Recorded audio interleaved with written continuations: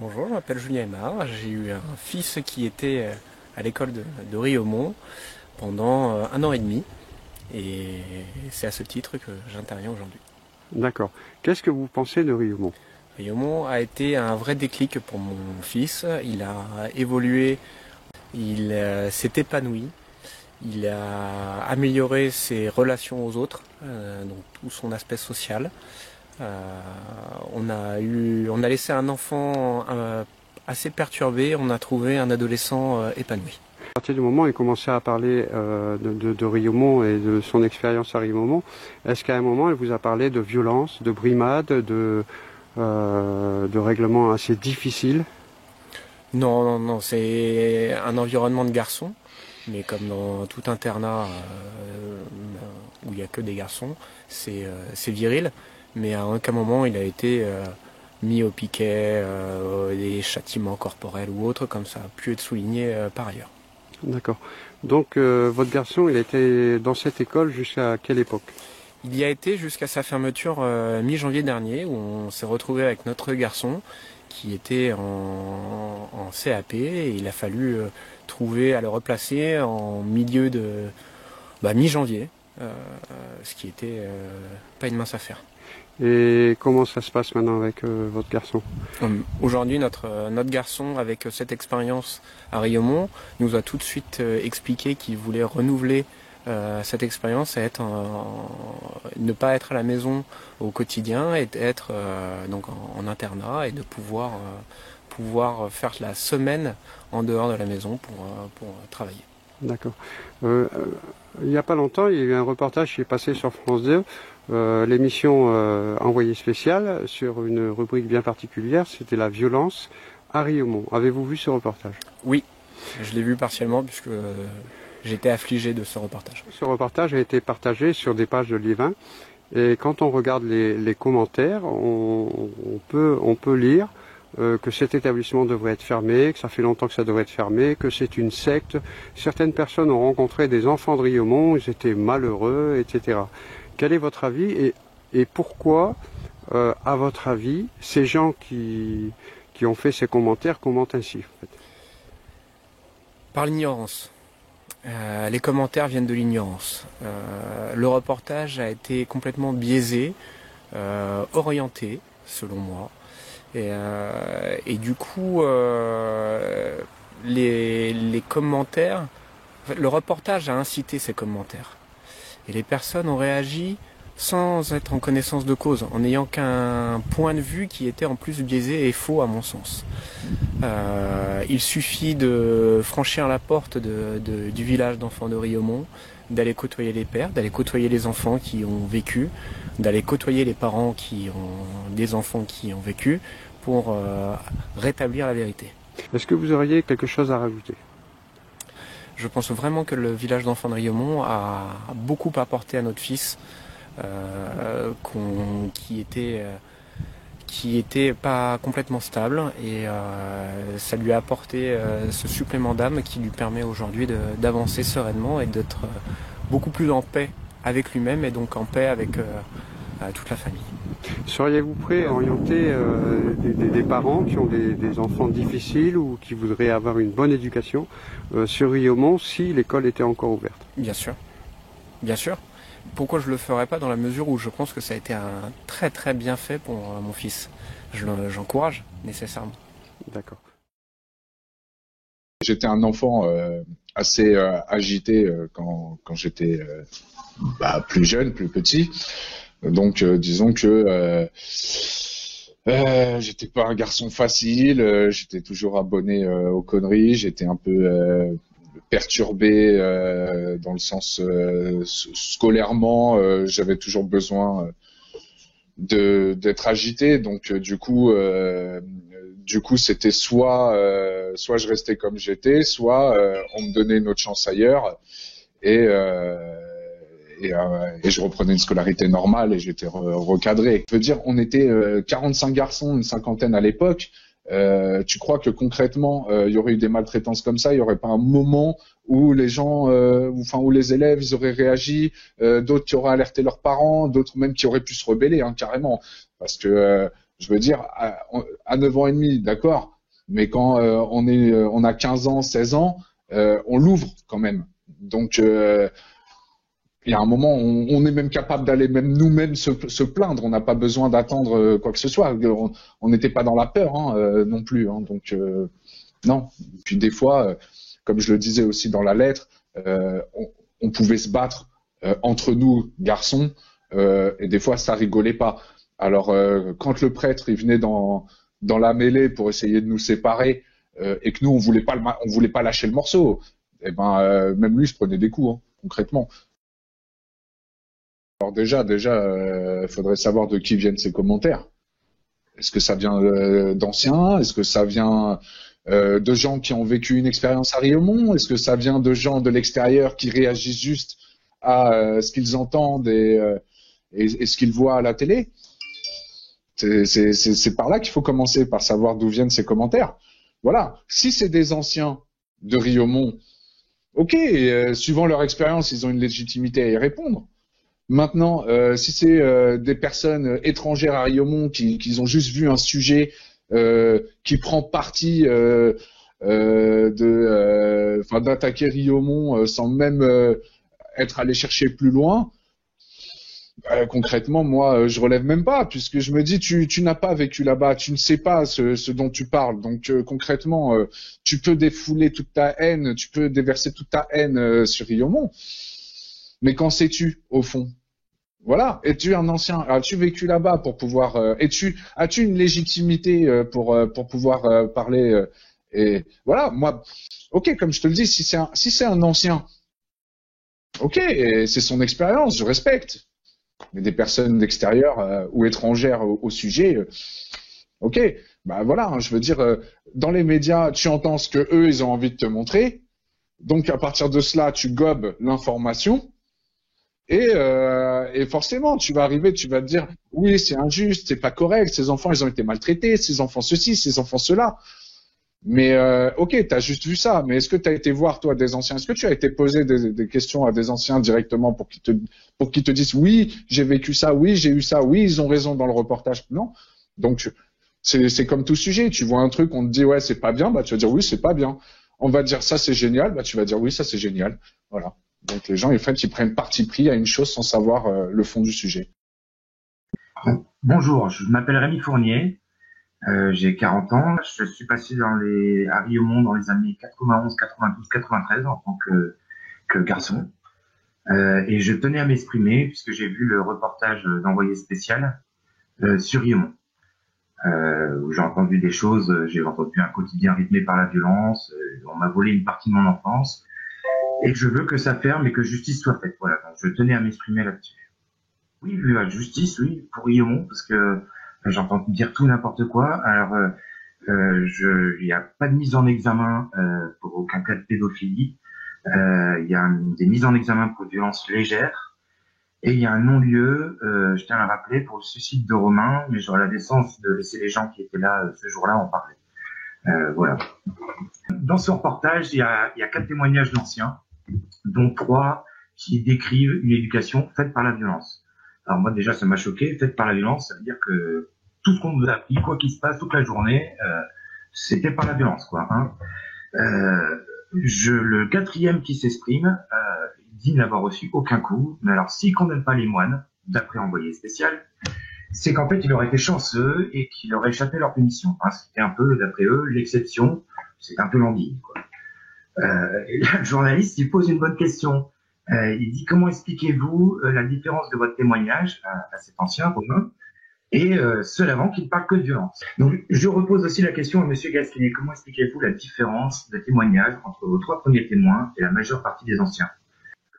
Alors, que certains d'entre nous se sont montés quelque peu rudes à votre égard ou émis des réserves par rapport à vos méthodes de travail, ça je veux bien vous croire. Mais l'écrasante majorité d'entre nous décrivent leur passage à Riomont comme très constructif pour leur futur. Beaucoup disent que ça a été la meilleure partie de leur enfance. Et surtout, tout le monde s'accorde à dire qu'on n'a subi aucun sévice corporel de la part des moines. Alors, est-ce que vous pouvez m'expliquer ça, s'il vous plaît? On est quand même plus de 200 à le dire, et vous nous pondez un doc de 36 minutes avec 4 malheureux témoins, et dont un qui n'est resté que 5 mois dans cette institution. Voilà, je comprends pas. Riomont a toujours été une école de la dernière chance. Alors, on peut parler d'un retard avec son temps, on peut parler de méthodes quelque peu archaïques, oui, mais faut pas oublier qu'on parle de moines quand même. Moi, je pense que qu'on aille dans n'importe quelle école, catho, juif, coranique, bouddhiste, tout ce que vous voulez, je pense qu'ils auront tous des méthodes un peu archaïques.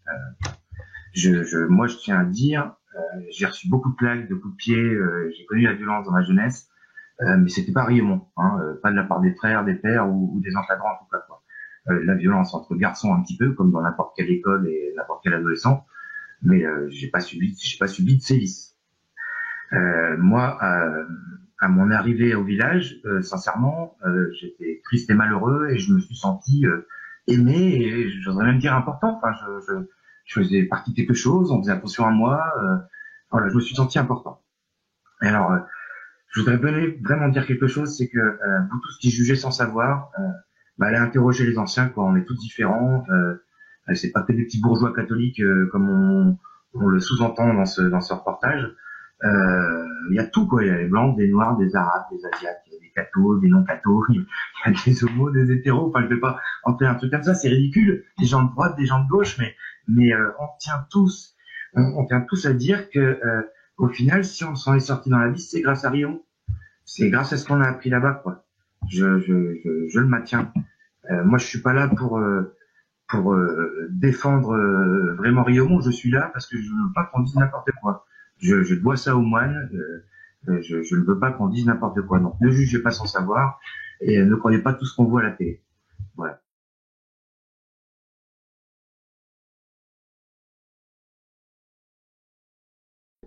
Il s'est surtout fait embobiner par Paul Gasnier, qui n'a retenu que quelques phrases sur ses journées d'enregistrement. On dirait que ce mec-là, quand il parle, on dirait qu'il sort du goulag. Alors arrête de me parler de violence, de goulag, de je sais pas quoi. C'est pareil, il est marrant, le Joseph, il emmène sur les terrils. Oui, alors, il nous emmène sur les terrils. Et alors, on se défoulait comme des fous. On allait faire du cheval, nous aussi, sur les terrils. On allait faire du cheval, on jouait. On s'éclatait, ouais, dans la forêt, on faisait nos grands jeux. Je veux bien croire le Joseph que Paul Gasnier a pris les trucs machin, mais je reviens pas sur ce qu'il a dit. C'est lui, c'est ses mots qui disaient oui, on nous attachait en nous faisant bouffer de la mayonnaise. Non mais qu'est-ce que tu me racontes, mon pote, on te faisait bouffer de la mayonnaise. Mais non mais t'es sérieux ou quoi, de la mayonnaise? Tu crois on est là, on se balade avec un pot de maillot et on t'accroche et on se dit allez, faire bouffer de la mayonnaise, celui-là. Je veux dire. C'est sérieux ou quoi? Oui, bien sûr. Je vais pas rentrer dans les détails parce que sinon ils vont jouer là-dessus. Mais quand on faisait nos grands jeux, bien sûr, il y avait ces petits échanges de monnaie, comme on disait. On rachetait nos prisonniers et tout. Nous, on kiffait, mais on kiffait. Putain, on s'enterrait sous la neige, mon pote. On s'enterrait sous la neige pour pouvoir se camoufler. On était capable de s'enterrer sous 2 mètres de neige pour pouvoir surprendre nos camarades, etc. Mais on était capable de trucs et on kiffait, on était heureux. Mais aujourd'hui, Riomont ne le fera plus parce que sinon on va dire oui, mais vous êtes des tortionnaires, Mais putain, c'est nous-mêmes qui nous en tirons sous le domaine de neige. Il y avait pas de prêtre avec une pelle pour nous les mettre la neige dessus. Les enfants des corons allaient jouer sur les terrils. Voilà, parce que l'État, parce que la mairie n'est pas capable de leur construire des terrains de jeu à ces enfants des corons, ils allaient jouer où? Sur les terrils, sur les mêmes endroits où il y a le charbon, où leurs pères ils ont charbonné toute leur vie. C'est leur père même qui a construit ces terrils, donc ils ont encore plus de légitimité d'aller jouer sur ces terrils. Donc qu'est-ce qu'il vient me raconter? Oui, on allait jouer sur des terrils dans la forêt. Et alors, qui ne joue pas dans les forêts? Qui ne fait pas? Il y a des parcours, il y a de l'acrobranche sur des forêts. Il y a plein de gens qui jouent sur les forêts. Pourquoi nous, on devrait nous stigmatiser parce qu'on allait jouer dans les forêts? Je veux dire, il y a combien d'activités qui se font en forêt, randonnée, paintball, airsoft, et j'en passe, acrobranche, tout ça. Voilà, mais c'est normal, tout le monde a joué dans les forêts depuis sa plus tendre enfance et depuis toute génération. Donc, c'est hallucinant d'entendre des trucs comme ça. Tout d'abord, pareil, qui sont ces gens j'insiste dessus, mais qui sont ces gens pour parler de ce sujet et de parler de l'histoire de Romain? Ils n'ont aucune légitimité pareille pour en parler. Moi, j'étais sur place. Ok, concrètement, déjà, j'ai juste envie de dire à ces gens-là, ne touchez pas à nos morts. Ok, vous avez aucune légitimité pour en parler, aussi bien vous que Monsieur Gasnier d'ailleurs. Ok, que votre reportage sur sur envoyé spécial. Vous n'avez même pas parlé de ce sujet. Vous étiez même pas là. De plus, moi, Romain, c'était mon camarade que j'ai côtoyé. J'étais là le jour où ça s'est passé. Je sais le contexte dans lequel ça s'est passé. Concrètement, il n'y a pas de harcèlement de la part de prêtres ou de quoi que ce soit. En fait, déjà, le gamin avait déjà des problèmes familiaux, un peu comme nous. On en avait aussi des problèmes familiaux, pardon. Ok, lui a été peut-être plus atteint que nous, mais voilà. Maintenant, moi, j'ai le souvenir d'un gamin qui était heureux avec nous, qui était épanoui avec nous, qui a appris énormément de choses avec nous. Voilà, qui était encore une semaine avant encore très heureux et qui faisait ses petits saltos en gambadant parce qu'il était tout content de pouvoir les faire pendant la grosse soirée des Feux de la Saint-Jean qu'on avait fait. Non, c'était une personne épanouie. Maintenant, forcément, on va reprendre parce qu'il faut attaquer quelqu'un. On va dire, mais est-ce que vous étiez là ce jour-là? Je pense qu'il n'y a aucun des anciens, malgré, je parle de mon époque, qui étaient là, qui ont connu ce moment-là, qui serait d'accord d'entendre une chose pareille. On peut pas. Enfin, vous étiez pas là. Nous, on était là. C'est notre camarade. Nous, on l'a connu, on l'a vu. On était là le jour où ça s'est passé. Voilà. Moi, concrètement, je peux te dire. Voilà. Alors, pour répondre à Monsieur Gasnier qui dit que oui, les prêtres, le corps a été retrouvé le lendemain. Non. Déjà, il n'a pas été retrouvé le lendemain, puisque Romain est mort le jour même où il a été retrouvé. Tout simplement parce que l'histoire, ça s'est passé un jeudi. Voilà, hein, en quel point ma mémoire elle est marquée par ça. Ça s'est passé un jeudi. Comment je le sais? C'est simple, puisque le mercredi, on avait une activité spéciale où on faisait des travaux manuels, etc. Et l'après-midi, on avait eu piscine. Et lui, il était très proche d'une personne, un ami. Il avait un ami, comme nous, on avait tous un ami avec qui on était proches. On était plus sur 50 garçons, on pouvait pas être tous proches soudés. Voilà, on avait plus un camarade avec qui on passait plus de temps, qui était entre guillemets notre meilleur ami, etc. Et ben lui, il en avait un aussi. Et on était tous à la piscine ensemble l'après-midi. Ils ont joué tous les deux, ils ont joué ensemble et tout. Et le mercredi, nous, on faisait on pliait nos draps, enfin on envoyait à la lessive, donc les lits étaient complètement défaits, puisque de toute façon il fallait aérer les chambres, aérer les lits, etc. Puis c'était le mercredi, on envoyait à la lessive. Donc le soir, quand on est rentré, le lit, on a tous refait nos lits. Le lendemain, quand on s'est réveillé, le lit de la chambre de Romain, son lit il n'était pas fait. Donc on en déduit qu'il n'a pas dormi dans sa chambre.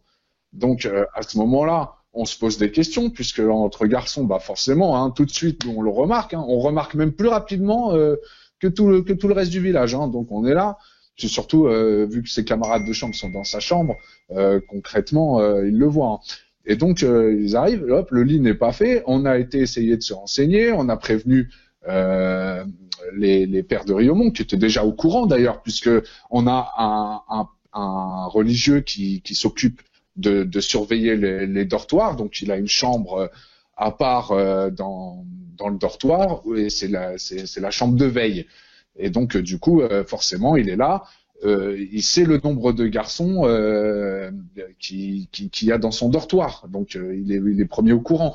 Il l'a très bien vu que Romain n'était pas rentré le soir, mais ça, c'est pas le plus inquiétant directement, puisque des fois on pouvait être ailleurs, nous-mêmes les garçons, on pouvait ne pas être à l'heure, donc forcément, voilà. Mais il l'a pas vu arriver non plus dans la soirée. Donc le lendemain, on s'est tous posé des questions, etc. On a été voir son ami et on lui a dit ouais, écoute, tu sais pas où il est Romain, il t'a rien dit. On l'interroge parce qu'on s'inquiète tous. Et du coup, voilà. Donc nous, on se dit quoi? On se dit il a fugué. Fuguer, c'est des choses qui arrivaient à Riomont. Hein. Riomont, concrètement, c'était pas fermé. Hein. Alors il y a plein de gens qui pensent que il y a des murs autour de Riomont pour enfermer les garçons.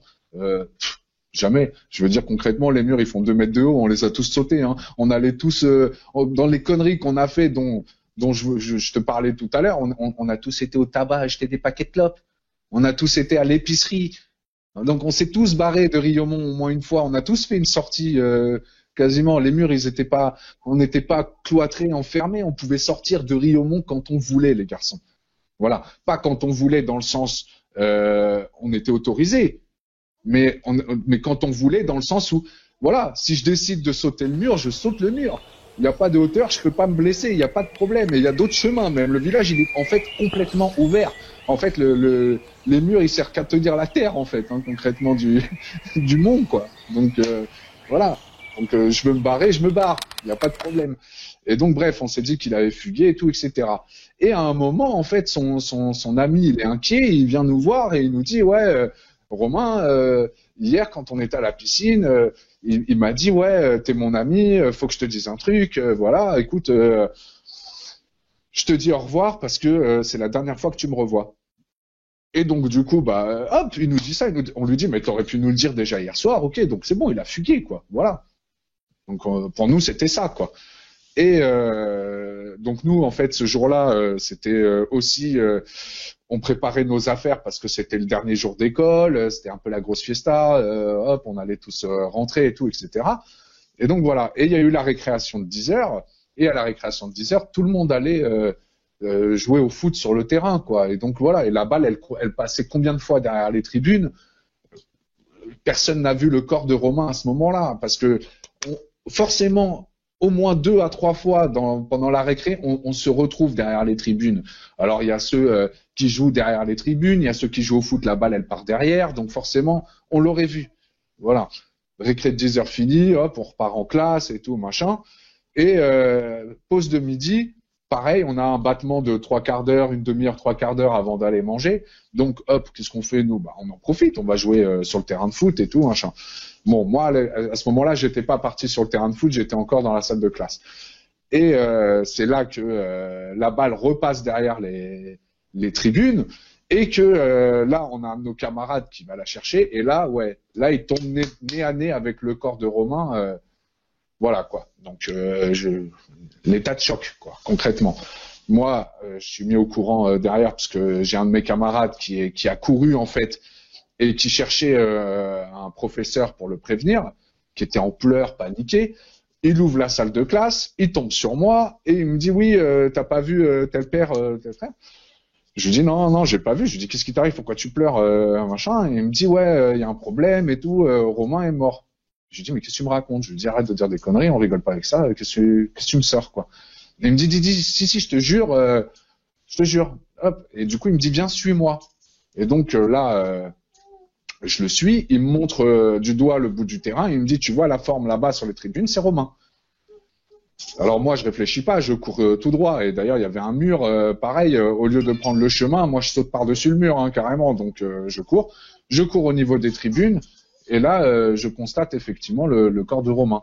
Donc là moi ça fait qu'un tour, quoi, dans ma tête, je me dis que c'est pas trop tard, donc il y a tous les élèves qui sont là en pleurs, choqués et tout, etc. Moi, je suis là, mon premier réflexe, c'est de me dire, je vais le décrocher, c'est peut-être pas trop tard, je peux peut-être faire quelque chose. Et je vais pour essayer de le décrocher, donc je commence à essayer d'enlever la lanière avec laquelle il s'était pendu. Et à ce moment-là, je sens une main sur mon épaule, et c'était le père Hervé qui était arrivé, et qui me dit, non, ne fais pas ça, c'est fini, ça sert à rien, il faut pas que tu touches, puisque il faut que en gros, que la police et les pompiers puissent faire leur travail et faire leur première constatation, quoi, etc. Donc voilà. Et donc la police est arrivée. La police a été avertie immédiatement. Les pompiers, c'est pareil. Donc là, il y a eu tout le gros dispositif. Les prêtres nous ont éloignés. Forcément, on va pas rester autour. Déjà qu'on est tous choqués, on va pas rester autour. C'est pas un spectacle, quoi. Ils nous ont tous ce truc. Ils nous ont pris et d'ailleurs ils nous ont expliquer la situation, puisqu'il y a d'autres garçons les 50 n'ont pas été prévenus d'un seul coup, donc le temps que tout le monde arrive et tout le monde a été mis au courant de la situation. Les prêtres, ils étaient complètement anéantis. Je veux dire, jamais ils seraient attendus à ça. Nous, les garçons, c'était pareil. Je veux dire, moi, la première chose que je me suis dit, c'est il est con, quoi. Pourquoi il a fait ça? Je veux dire, il y a une semaine, il était heureux. Et c'est pour ça que je dis, on peut pas parler au nom des morts, surtout de quelqu'un qui s'est suicidé, parce qu'on ne sait pas ce qui se passe dans sa tête à ce moment-là. Nous, on a toujours vu notre camarade heureux, content, épanoui, avec qui on rigolait. On pouvait pas jamais un instant, on serait imaginé que le lendemain, on le retrouverait comme ça. la première chose, au-delà du non-lieu qu'il faut noter, c'est que la mère de Romain disculpe Riomont elle-même. Donc déjà, ça veut dire sa mère. Je veux dire, sa mère, on peut pas faire mieux que sa mère, concrètement. Donc voilà. Et ensuite, l'enquête qui aboutit à un non-lieu. Les choses sont claires. Pourquoi remuer le couteau dans la plaie? Pourquoi nous faire remonter, à nous les anciens, ce mauvais souvenir, ce mauvais moment? En réponse à l'article paru dans La Voix du Nord du mercredi 27 juin 2001, ainsi qu'aux propos tenus par la presse télévisée et en tant que parent de Romain, mère et beau-père. Sachant que si un seul doute nous venait à l'esprit quant à la responsabilité du village d'enfants de Riomont sur ce drame, nous n'hésiterions pas un seul instant à nous constituer partie civile. Nous tenons donc à apporter quelques précisions concernant les propos tenus par la grand-mère et tante paternelle de Romain. Précisons que les problèmes de comportement de Romain sont essentiellement liés à une hyperactivité et à une séparation de ses père et mère, mal vécue. Pour notre part, il est hors de question d'entrer dans une polémique familiale par voie de presse, nous tenons simplement à dénoncer certains propos abusifs. En ce qui concerne le village de Riomont, il semble déplorable que, sans aucune fois avoir visité le site, ne serait-ce que pour rendre visite à Romain et le voir évoluer dans cet environnement, l'on puisse décrire cet endroit ouvert à tous, comme un lieu de contrainte. Nous nous sommes souvent présentés à Riomont et sans nous annoncer, et nous n'avons jamais croisé de crâne tondu. Précisons également que cet établissement fonctionne sur deux principes, l'enseignement d'une part et l'activité scout d'autre part, et que Romain aimait cette activité et qu'il était tout fier, lorsqu'il rentrait à la maison, de nous montrer son uniforme scout. Après avoir, à 14 ans, été exclu de près d'une dizaine d'établissements scolaires privés et publics, en France, comme en Belgique, et aussi après avoir été refusé par d'autres, Romain, après une période d'essai, a accepté d'aller au village d'enfants de Riomont où au fil des mois son comportement évoluait positivement, à un point tel que Romain était tout heureux de nous faire part de la progression favorable de ses résultats, en effet vérifiés par ses bulletins de notes, et il nourrissait de gros espoirs pour son avenir. En tout état de cause, jamais, au grand jamais, les retours de week-end sur Riomont n'ont été pénibles pour Romain, nous étions même obligés de le tempérer car il était prêt 3 heures à l'avance de peur de rater son train. En conséquence, il est évident que seul cet établissement a su répondre aux besoins de Romain et aux nôtres, dans son intérêt, par l'écoute, la présence, et la disponibilité des pères et des frères. Riomont a réussi à faire en sorte que Romain ait pu améliorer ses relations avec les autres. En conclusion, nous estimons que les propos tenus par les médias sont un miroir déformant de la réalité. Sa famille, c'est-à-dire sa mère, ses frères, sa grand-mère maternelle et son beau-père démentent ces accusations gratuites et irresponsables, et notre souhait à tous aujourd'hui est que l'on respecte la mémoire de Romain et qu'il puisse enfin reposer en paix. Fait à Montchaux le 1er juillet 2001.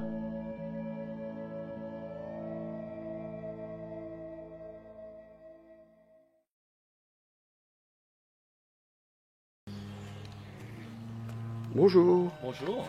Alors que nous vaut cette visite et qui êtes-vous?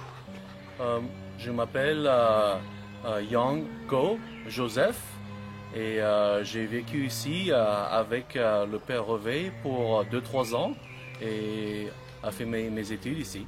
C'était en quelle année? Je crois que je suis venu ici en 1977. Dans quelles conditions?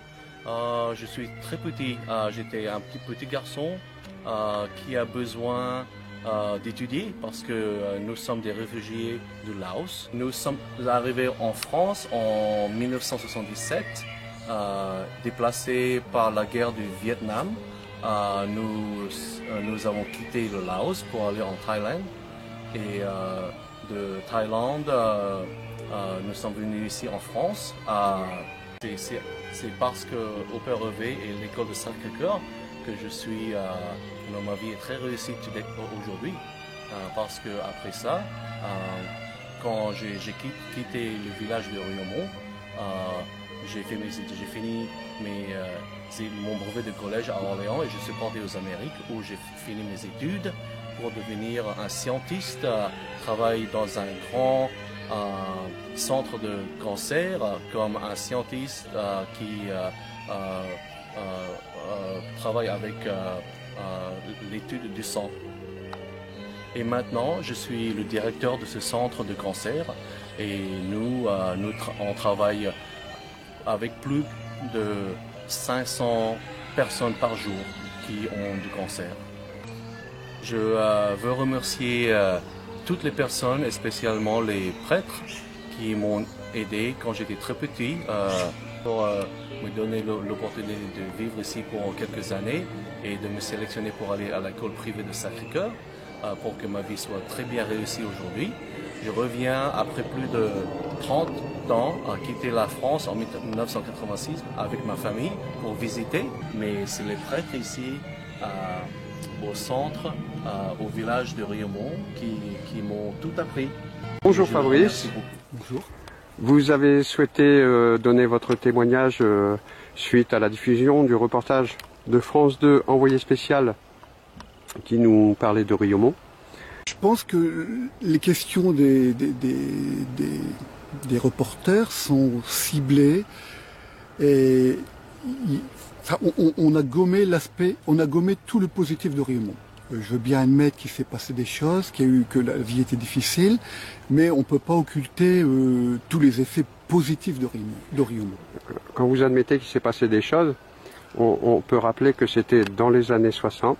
Il faut surtout rappeler que c'était dans les années 65, 70, et que c'était une autre époque. On peut pas, ce qu'on peut cataloguer comme violence maintenant, à l'époque, j'ai presque envie de dire que c'était normal, c'était la norme. On est dans une région d'ouvriers, on est dans une région pauvre, la vie était dure, nous étions, on peut encore dire, une époque après la guerre n'était pas si loin que ça, et c'était une éducation comme ça, une éducation stricte, dure. Et à cette époque-là, l'éducation dans les écoles ou l'éducation donnée par les parents était quand même beaucoup plus difficile qu'à notre époque. S'il aurait fallu parler de ça maintenant, tous ces gens-là, toutes ces écoles seraient fermées, c'est tous ces gens qui ont donné cette éducation à leurs enfants seraient déjà en prison maintenant. J'ai presque envie de dire que toutes les familles seraient mises en examen. Qui n'a pas pris des beignes par son professeur, par ses propres parents? C'était ou des coups de ceinture, ou des déculottés, des fessées. Qui de notre époque, de notre génération n'a pas subi, on peut dire le mot, subi ça? On n'est pas nombreux quand même, hein? À cette époque, à Riomont, vous avez subi ce genre de choses? Moi non. J'ai pris des baffes, j'ai pris des coups de ceinturon qui étaient pour moi mérités. Il faut quand même, encore une fois, se replacer dans le contexte.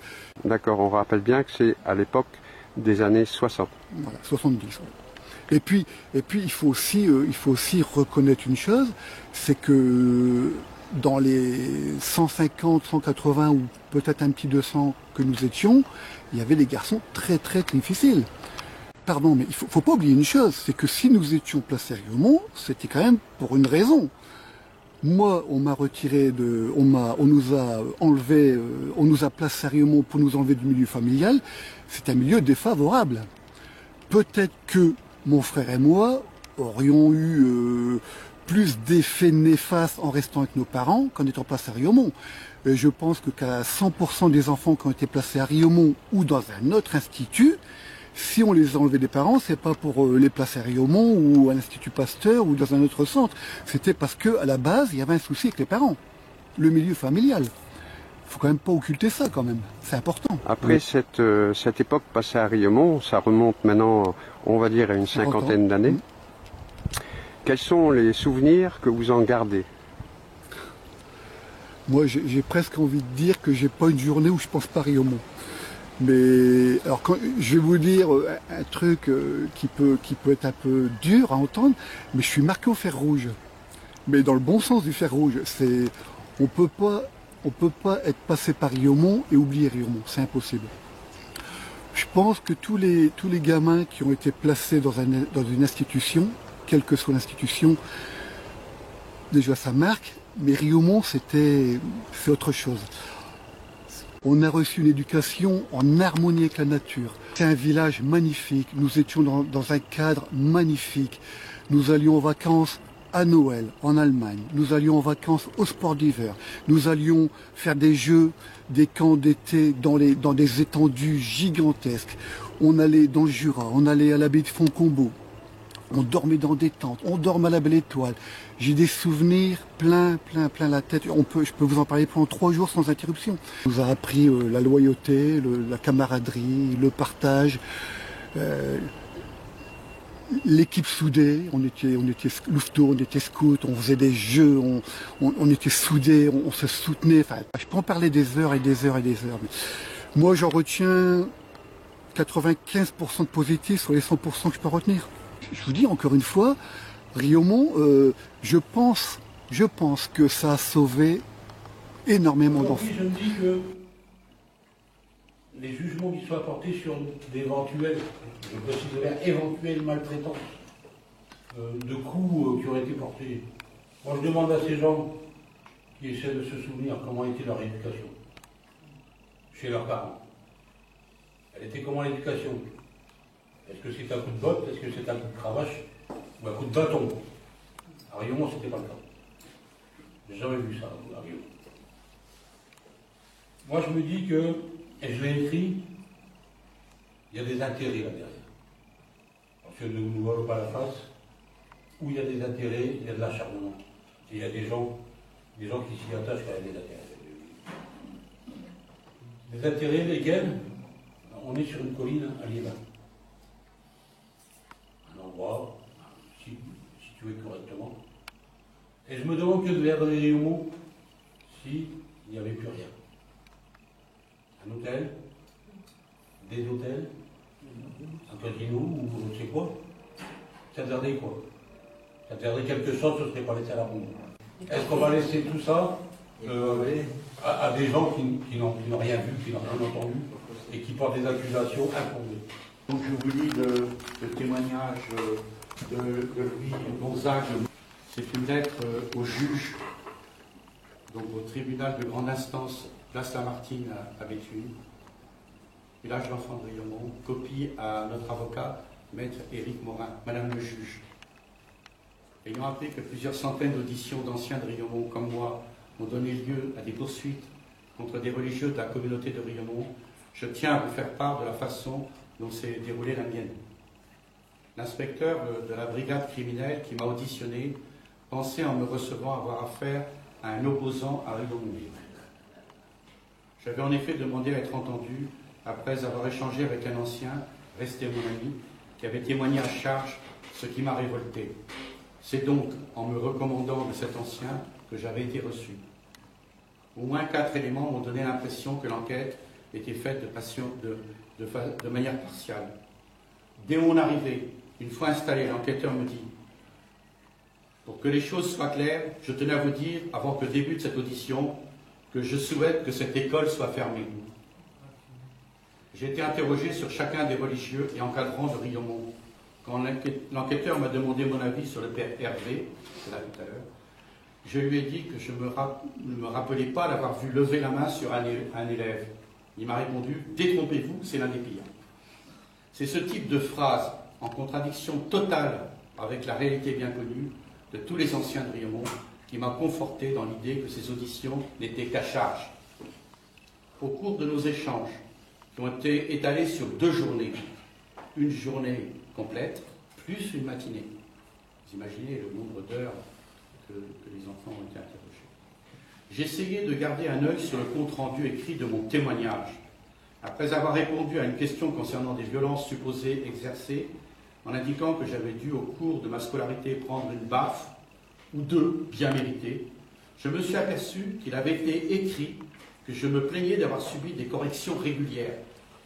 J'ai donc dû demander que cela soit modifié lorsque j'ai indiqué à l'enquêteur que j'étais surpris que mes propos soient déformés de cette manière.